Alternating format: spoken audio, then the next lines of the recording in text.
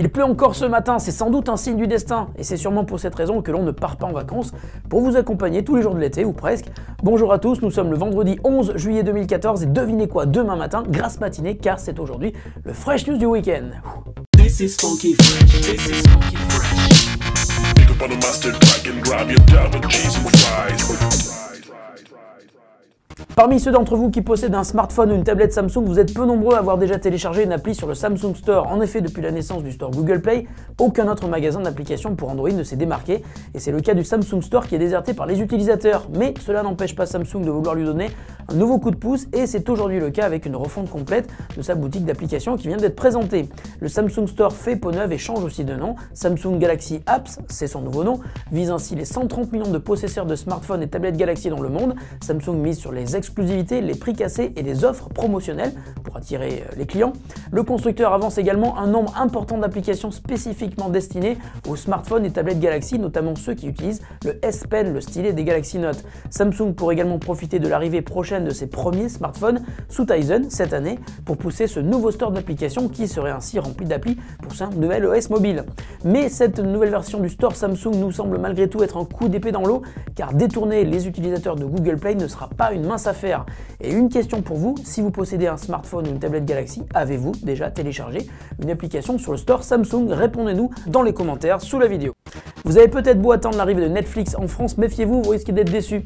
Le catalogue sera bien différent de celui présent aux États-Unis. En revanche, il existe un service déjà dispo en France qui propose énormément de films, séries, dessins animés en tout genre et qui lui est déjà accessible et depuis plusieurs années, il s'agit de Canal Play. Et le service de VOD propose aujourd'hui une application exclusivement destinée aux enfants afin de les aider à trouver, choisir et regarder très facilement tout le contenu qui leur est réservé parmi les milliers de références disponibles sur la plateforme. L'appli Canal Play Kids est gratuite, elle est dispo sur iOS et Android et aussi sur Freebox. Elle propose 3 interfaces différentes qui vont changer selon l'âge de l'enfant.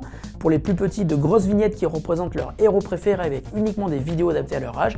Et pour les plus grands, plus de vignettes, plus petites mais avec plus de texte et aussi plus de contenu. Et si vous êtes parent, vous allez pouvoir configurer l'application pour mettre en place un compte à rebours pendant lesquels les vidéos seront disponibles. Ça, c'est une très bonne idée. Canal Play Kids revendique plus de 4000 vidéos dont les dessins animés classiques de Disney, mais aussi le catalogue de Pixar et beaucoup d'autres films, séries et dessins animés. Un petit rappel sur le prix, Canal Play coûte 7,99 € par mois pour un accès depuis un ordinateur, une tablette ou un smartphone et 9,99 € par mois en y ajoutant l'accès depuis sa télé.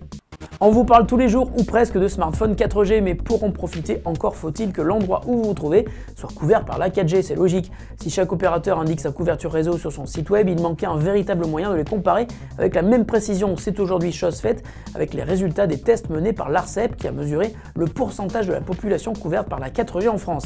Et c'est bien Bouygues Telecom qui est l'opérateur proposant la plus large couverture 4G en France avec 70% de la population couverte. En seconde position, Orange avec 66% et loin, très loin derrière, c'est un petit peu la catastrophe pour SFR et Free Mobile qui couvrent respectivement 30% et 24% de la population en 4G. En ce qui concerne la 3G qui marche toujours, Orange et SFR couvrent 99% de la population et Free Mobile 98,5% et Bouygues est bon dernier avec 95%. Un rappel cependant, si Bouygues Telecom est leader sur la couverture, Orange est bien premier sur la qualité du réseau avec des débits en 4G qui peuvent être jusqu'à 2 fois supérieurs à ceux de Bouygues. Et la question du jour nous vient de Seco qui va bientôt partir pour un long voyage aux États-Unis et qui cherche un appareil photo pour faire de jolies images, y compris la nuit. Il nous demande quel appareil nous pouvons lui conseiller pour environ 300 €, voire un peu plus. Salut Seco, premier conseil, pense à bien charger ton smartphone et ta tablette avant d'embarquer, ça serait bête de te les faire confisquer à l'aéroport si leur batterie est à plat. Pour l'appareil photo, on te conseille évidemment un réflexe idéal pour réussir les photos en faible luminosité grâce à la qualité de leur capteur bien supérieure aux appareils compacts et aux smartphones évidemment.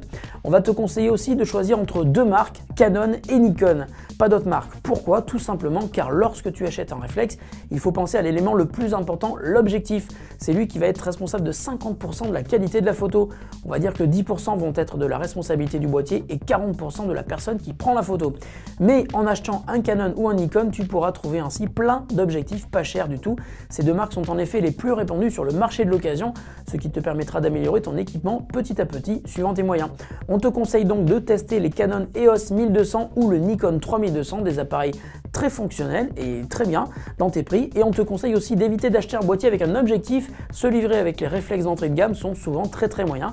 Regarde plutôt dans les petites annonces, on trouve très souvent de super objectifs pour pas cher du tout et tu pourras ainsi acheter un très bon objectif dès le départ et plusieurs autres au fur et à mesure. Fresh News, c'est terminé pour aujourd'hui et pour cette semaine. Et comme vous avez sans doute remarqué, on vous a diffusé cette semaine 3 vidéos par jour. Ça va continuer, peut-être pas tous les jours, mais on va essayer de le faire le plus souvent possible. Demain, on vous réserve un test assez sympa pour un jeu qui ne l'est pas moins. Ne manquez pas le Game Report de demain. Samedi, nous aurons un invité spécial. Salut à tous, bonne journée et bon week-end. Allez, je vais dormir.